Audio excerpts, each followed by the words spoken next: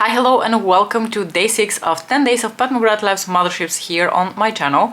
Today is the 6th of January. Coincidentally, it also happens to be my birthday. I'm going to start doing my makeup, by the way, because I actually have to go pick up my son in a little bit. So I'm going to start off the look with the Desert Glow bronzer, and then we can continue chatting about the relativity of time. So today's January 6th. On January 6th, I plan to release the series. So in your timeline, today you're going to watch the subliminal video. However, in my timeline, today is January the 6th, and I figured what a better day to use the 6th Mothership, which currently ranks as also my most favorite Motherships. And as I said, coincidentally, it also happens to be my birthday, which is really the least important part of all of this. I am turning 42 today. And I think the best message that I received so far for my birthday was from my brother, who said that at the age of 42, people should just address all of their questions to me because I've got the answers to all questions. If you know, you know. Please let me know that you know so that this joke didn't get completely lost in the void. I'm going to take the Desert Orchid blush. So yes, it is today the 6th of January.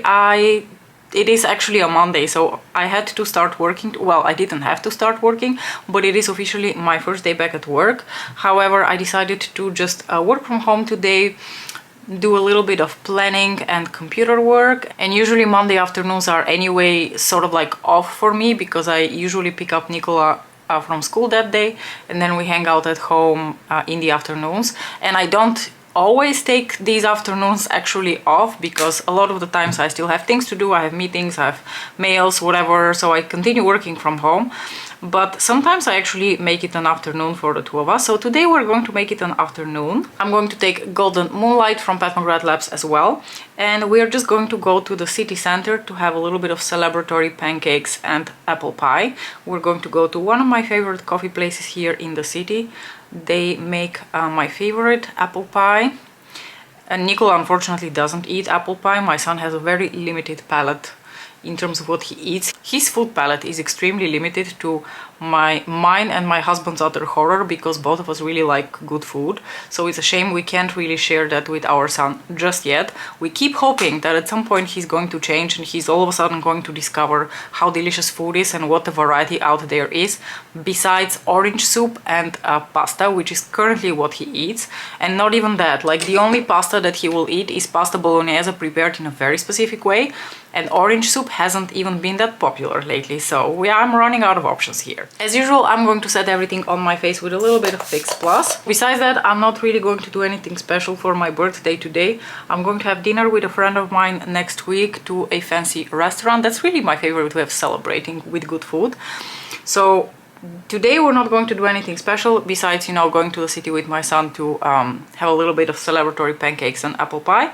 And then I'm going to have dinner with my friend, and in a couple of weeks my husband actually turns 40, and I have planned a little something for him, which also involves good food, and in that way we're actually going to celebrate with the two of us our birthdays. Shall we get started on the look with my beloved, very well used, really beat up Midnight Sun palette?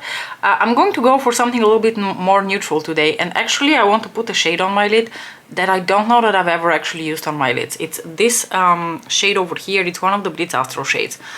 I'm not a super huge fan of this shade because I don't really know what it wants to be. The thing with this shade is it's not quite opaque enough, as you can also see if I swatch this shade. It's just not opaque enough to go on the lids. At least that's always been my feeling a little bit, that it struggles a little bit to be, you know, a shade that goes on the lid. But it also doesn't really work as a topper because there is a little bit of sparkle in here, but it's not a lot. It's a subtle sparkle. So I don't really know what the shade is trying to be. I feel like it's one of those slightly too dry textures when it comes to Pat McGrath Labs formula, but I'm going to try it today as a lid shade and we'll just see how it goes. We can always add in additional shades if we feel like that shade doesn't quite work on its own. But first I'm going to go into this beautiful mid-tone camel brown shade. I still really love this palette, you guys. And you're probably wondering if Midnight Sun still is my #1 Mothership palette. I have to be honest, I haven't given it much thought lately if there is a Mothership in my collection that surpasses Midnight Sun at this point. I can tell you that very Interestingly, Divine Rose 2, which if you had asked me a few years ago, Divine Rose 2 was my absolute favorite Mothership palette, and I would not have hesitated to rank it as my number one. Then Midnight Sun slightly surpassed it shortly after, which is why it came out highest in the ranking the previous time that I ranked my Motherships, or like my Pat McGrath Labs palettes, because I haven't done a strictly Mothership ranking ever. I've only ever ranked all of my palettes. And I don't really know what happened to Divine Rose 2. I don't really know why I stopped, you know, using and appreciating Divine Rose as much as I did in the beginning. I think maybe it has something to do with the fact that the last year or so I've been feeling somewhat more muted looks and more muted colors. And in that sense, Midnight Sun is kind of perfect, and a lot of the other Motherships are kind of perfect. Whereas Divine Rose 2 is a beautiful palette. It's such a fun palette. But it is a very loud palette, and it's just not the kind of colors that I've been enjoying lately, which is why I think it has fallen a little bit behind. But let's say that for the time being, I would not knock off Mothership 6 from her first position. I think she's still the queen. Next I'm going to take a somewhat smaller, like crease type brush. I'm going to go into the deeper brown shade. I really like this brown shade. It is a beautiful, really deep, sort of neutral toned brown. Which is your current favorite Mothership, you guys? And has that changed in the last couple of years? Like if I had asked you a couple of years ago, or you commented a couple of years ago on one of my videos and you named, I don't know, Subliminal, has that changed in the meantime? Or are you still deeply in love with whatever Mothership has been the queen of your heart previously? Because that has changed for me. When I first did a ranking of my Mothership palettes quite a few years ago, I ranked Sublime as my number one, and I still adore Sublime, but Sublime is very much a nostalgia palette at this point, because it was my first Mothership and I have such a sentimental attachment to it. It has so much, you know, emotional value to me, and at one point I was able to sort of like break free from that emotional attachment and just view the palette for what it is, and I tried to rank it for what it is with just like a little bit of emotion in there. And then it didn't really rank as high as it did the first few times. A palette that surprisingly has come up very much in the ranking is Decadence. I adore Decadence. Decadence doesn't have a single Blitz Astro shade, and still I think it is such an amazing palette. Okay, I'm going to not be lazy, and I'm going to take a somewhat smaller brush, and I'm going to actually mix the lighter brown with the deeper brown that I put through my crease and outer corners, excuse me, and I'm going to just gently lay those here on the lower lashes. Okay, next I'm going to take a little bit of glitter glue, because I think that is really going to help that Blitz Astro shade from the Midnight Sun palette to perhaps be a little bit more impactful than it would have been otherwise. I think otherwise it would really be very sparse and serve more as a topper than anything else. There's no guarantee that glitter glue will help that much, but hey, let's give it a try. Like I said, I've never actually tried that shade as a lid shade, so I'm very curious how it will look. But we were talking about Decadence. Decadence is an amazing palette, and I think it took me quite a while to stop thinking of Decadence as, you know, inferior just because it doesn't have Blitz Astro shades. It doesn't have Blitz Astro shades, but that doesn't make it any less awesome. I'm going to put this shade now on my finger, and from my finger straight onto the lids, and I've really loaded my finger with pigment because I want it to be as opaque as possible. What am I talking about? This actually looks rather opaque. Maybe with glitter glue. Maybe I've never like tried this eyeshadow without glitter glue, and I honestly can't remember the last time that I even wore this eyeshadow as a lid shade, ever. Maybe how many years ago it was when this palette released and I did a bunch of looks with it. I tried this shade as a lid shade, but since then, trust me, I have not. That's actually quite pretty. Now I understand why a lot of you thought that in my Subliminal look I was working with this palette. When you were trying to guess which palette I was using in my yearly ranking for last year, I was wearing the look that I did for the Subliminal palette, and a lot of you guessed that I was wearing this palette, the Midnight Sun, and now I understand why. Okay, next I'm going to do something which you might consider really frivolous, but I'm just really like feeling it. It's my birthday, I can do whatever I want. I'm going to put a little bit of both of the other Blitz Astro shades, so the orangey coppery one and the Astral Solstice shade. I'm just kind of going to mix them, and I'm going to layer them over top of that greenish gold, because why the hell not?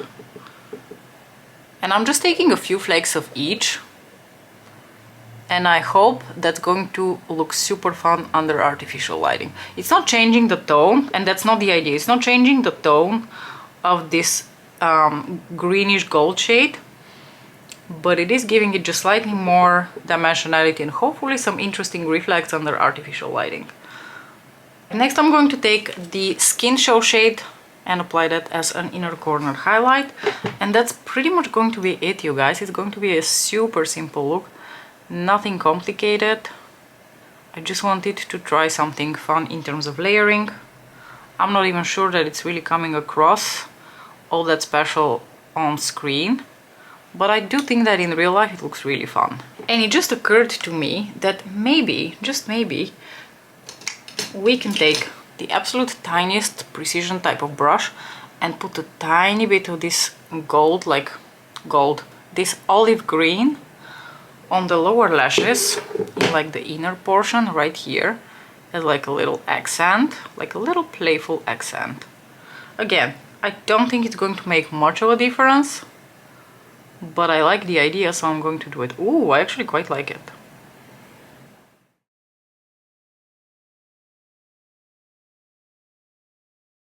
Oh, that does look actually quite pretty. I can see a little bit of that sparkle coming from both Astral Solstice and the coppery shade, and I love it. So this is the final look, completed with one of the Gucci Neutrals lipsticks that I bought last year. This is in the shade Eliza Ginger, which is a somewhat warmer, still leaning quite neutral brown. I really like these lipsticks. The satins, the mattes from Gucci, amazing formula. I really love how this look turned out, and honestly, you guys, I'm still in love with my Midnight Sun palette. She's still perfect. You can do so many things with this palette just because of the presence of this really cool tone, like the perfect tone of purple. This is for me the perfect tone of purple. I love these sort of purples, like these like lavendery blue toned purples. This one eyeshadow just takes the whole palette to a whole new level, because if you remove this shade, can you see how much more like neutral, fall, warm leaning the Midnight Sun palette becomes? Honestly, even without the purple shade, it is a gorgeous palette. So if Pat wanted to keep it in this color story, we would have just gotten, you know, yet another iteration of whatever is going on in here. But just that one fun pop of cool toned purple immediately gives you the impression that you can do both cool toned and warm toned looks with this palette, where in reality, really only these two shades are quite cool toned. Everything else in here is rather warm toned or neutral toned. Anyway, just to wrap it up, I still absolutely love this palette. I think to this day she would still rank as my absolute favorite. Don't forget to let me know what your current favorite Mothership palette is. Let me know what you thought about this look. I'm pretty satisfied with it. I'm in a pretty grand mood today, which has been a while. I think usually the last few years I've been a bit meh about my birthday, but today I feel like it's a really good day. I'm enjoying myself, and I hope that you're going to enjoy this series. As I am filming, the video for Subliminal hasn't gone up yet, so I'm actually very curious for your response to this whole series. I hope that you're going to enjoy it, and it's going to be something that will brighten up your gloomy January days. As usual, thank you so much for watching, and we will of course see each other again tomorrow in your timeline to do a look with the Divine Rose 1 palette. Bye!